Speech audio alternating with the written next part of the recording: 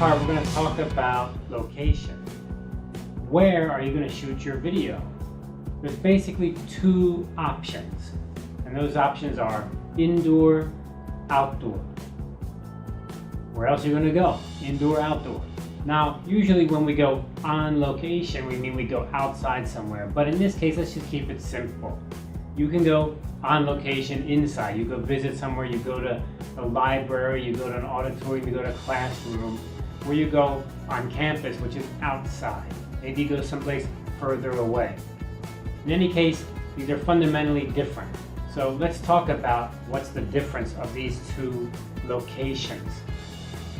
What's the advantage of going outside? The huge advantage of going outside is you have sunlight. It's going to be really clear. So it's easy to get your lighting done.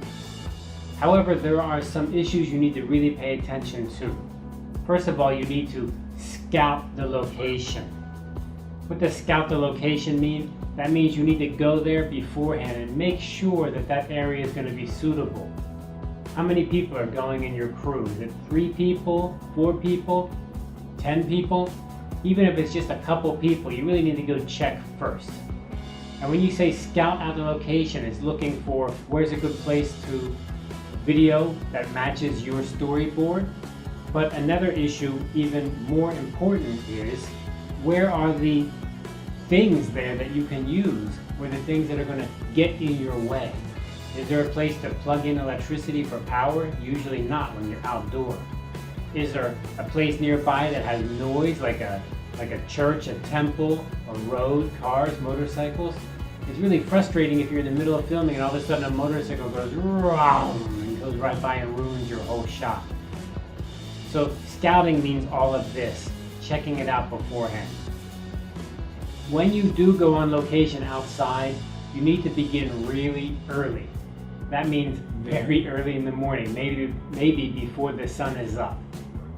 Because there's a couple reasons why.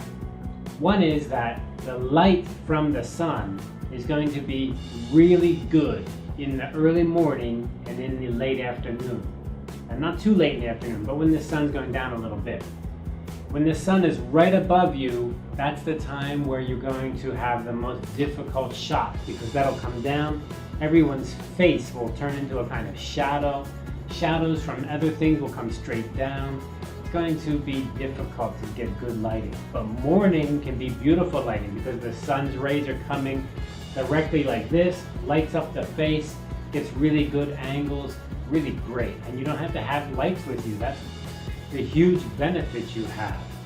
So light is great, but you need to do it timing-wise just right. You wake up early, you get to the site, all of a sudden it's 11 o'clock in the morning. Wow, that's getting really late. You should be setting up to shoot around 8 or earlier and catch that light, 8 to 10 kind of zone. When you're outside, that light is really good, but you know what's going to be hard?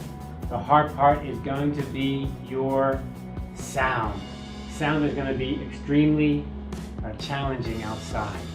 You're going to get a lot of sound from the nature, from traffic, from airplanes even, and you don't see it coming, so you have no way to prepare. Another thing you need to watch out for is you need to keep your batteries with you, and this is always a problem when you go outside.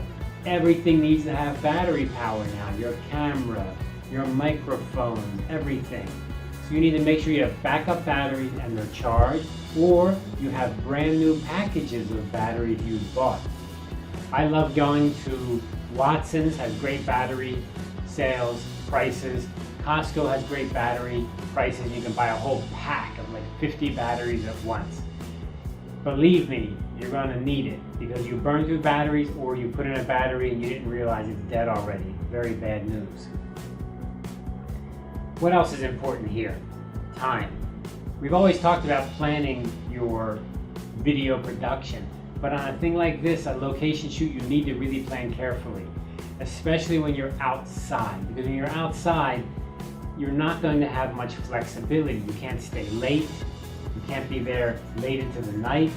You cannot just say, well, I'll just, leave things here and we'll come back tomorrow. We'll lock the room and come back. Can't do that outside. Can't leave your equipment outside, can you? It'll be gone. It'll be stolen. So these are the things you need to pay attention to, that time. You need to plan it well. You need to also make sure that your crew is happy, which is a little bit difficult when you're outside, because you're going to be outside in the sun, in the weather, and your crew's going to get tired, and they're going to say, hey, or your talent, where's something to eat? What are we going to do next? Where can I rest for a while? Where did I go to the bathroom at? All of those details. And finally, the real downside of being outside is the weather. You can plan everything, scout perfectly, time everything is good, and you wake up in the morning and guess what? It's raining. Okay, the whole thing is ruined now, and there's nothing you can do about it. So those are the upsides and downsides. I would just say that, to me, the best upside is the lighting, because lighting is not easy, and you get all that light from the sun. When you are outside, there's one thing you can use, which I'm sure you've seen these here. These are these car sun blockers, right? You put them in the windshield of your car. Some of them are big and some of them are small, like this one here, kind of small round one. Have you seen those before? If you've seen those before, I think that you'll know that they're kind of like mirrors. They reflect the sun. Well, you can buy those really cheap, and then you can use them when you're out shooting your video to reflect some sunlight onto your actor or actress to get a really nice shot. Somebody, of course, has to hold it. Somebody here has to be working to hold that. It's not going to stand up by itself, but you get a real nice reflection, and they're very cheap, and when you're done with it, you can use it in your car or give it to somebody to use inside their car. So that's a great way to get that light pointing in the right direction. What about shooting indoor? Well, the advantages of shooting indoors, you have more control. You can stay there later, even if you run out of time. Maybe close the door, lock it, and come back the next day is possible. The downside is going to be your lighting. Lighting is going to be difficult when you're inside. You'll never have enough lights. I know you say you can turn on the ceiling lights. It's going to make everyone look dark. You're not going to see things clearly. So lighting is important. And you can, of course, take lights with you. So portable lights are possible. And we've talked about that in one of our hardware table visits. Halogen lights are cheap. You need electric power though, and they do get hot. So if you're indoor, it's possible, but you need to be prepared to have it. If you have LED lights, that's great. They're just a bit expensive. Sound will be much easier when you're indoor because there won't be all that nature sound and airplanes and things like that. But you do need to be careful.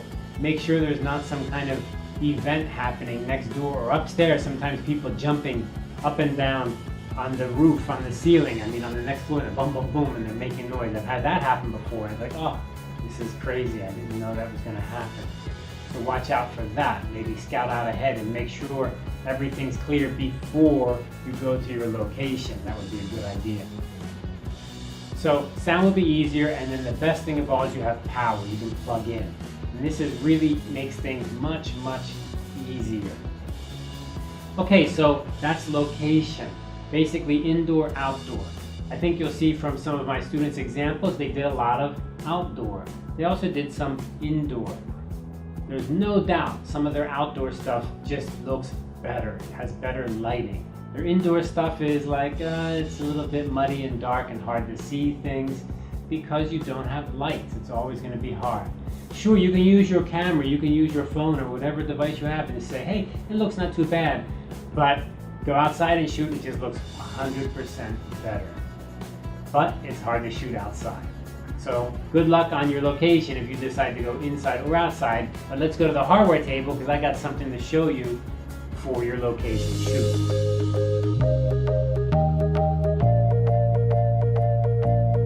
At the hardware table, what do I have today? I have something that you're going to say, hey, that's too basic, that's too simple. Well, follow me on this. I think you'll appreciate it, and when you go on location, it may save you a lot of trouble or a lot of damage. Let's first look at a bag. This is a big old camera bag. Boy, oh boy. This is the camera bag that a camera I bought came with. It came with a big old bag. It's got a bunch of zippers and stuff like that. You can open it up. It's got Velcro and you can put a bunch of stuff inside. Yeah, these are okay, they're nice. They'll do the job. But usually you only have these kinds of cases for your camera. And even these, I'm a little bit suspicious. I don't like them that much. They're called soft bags because they're soft, right? They're not really hard, they're soft. Now, the problem is that when you buy soft bags, some things can work and some things are a little bit dangerous. Let me give you another example. Here is a backpack. So when I go out on a shoot on location, indoor or outdoor, I've got this backpack. So I have multiple backpacks, and those backpacks have things inside of them. So for example, this backpack here is all cables. In fact, it's all audio cables. That's all it is, audio cables. Look at that. There they are, all audio cables. Got them all in there. XLR and 4-inch jack, all in here. So I know that this one is all cables. I may have another one that's all batteries, and I put that in another one. Okay, so that's one thing you can do, separate out into different backpacks or bags. However, I'm not a big fan of those soft bags. I like hard boxes to carry things. Let me give you an example. I think I've been using this throughout on the hardware cable for a while now. You can see that this is a kind of a toolbox. In fact, it says right there, toolbox. It's a toolbox. And I go to the store, buy a toolbox, and look at this. This is my microphones. So all my microphones go into this box. And the great thing about a box is you can't break the box. If you step on the box, it won't break by accident. If you drop the box, it'll still be okay. Soft bags, you can step on them or get pile on them. When you go on a video shoot, you got lots of stuff. You pile it into the car, you pile it into the bus, you pile it on the ground. It's easy to get crushed, but a box is very helpful. And in this case, it's a toolbox. It's very cheap. You go to the hardware store, boom, you're done. And I love toolboxes because they always have these little places to put extra stuff. All my jacks are in one place. All my jacks are right here. I got everything in one location, and it's not going to get crushed. And it can be organized a bit. Boy, that's a lot of jacks. Okay, good. So that's my microphone box that I keep in there. Well, let me show you some more boxes I've got. Here's a box. Now this is a really cool box. You can buy these at the hardware store too, or you can get them online. They're fairly cheap. And they're kind of metal on the outside, which is great. They're not easy to get crushed at all. And you can open it up. And in here I have some shotgun mics that I use, and a couple wireless receivers are in here. So I know that this one carries that. Close them up, nice and strong, and you can just carry it around like that. It's very easy to do, very straightforward. All right, love that box. Now, let's get a little bit bigger. Oh, here's a nice box. Okay, they're getting heavier and heavier, that's for sure. Again, what do I got? Toolbox. It's very clear. I went to the hardware store, bought a toolbox. Okay, just like other toolboxes, you know, they have these plastic holders up here, dividers. You can put little things inside of here. You can put little stuff here and there. It's really handy. Let's take a look at what I've got inside this box. And what I have is this foam here, this yellow foam. So this is just foam you can get from the hardware store again, and I glue it on there with hot glue. And then inside of here, what do I have? These are my lights, my halogen lights. And each light just has a little position it can hold. I can carry 3 of these lights with their electric wires right here. And then I can just close it down. And what's beautiful is those lights have the clamps. Right here are their clamps. I can just pull that out, put a light together. You can clamp the light onto a door, onto a wall, onto a hinge, and you're ready to shoot. Boy, it's a little bit of a tight fit. But what I love about this is very secure, very safe. So think about that, 3 halogen lights. They're easy to break because they're glass on the front and they have a lamp inside. I put them in this box and they're going to be very safe. Also, look at that. I can just grab that one box and I say, let's go.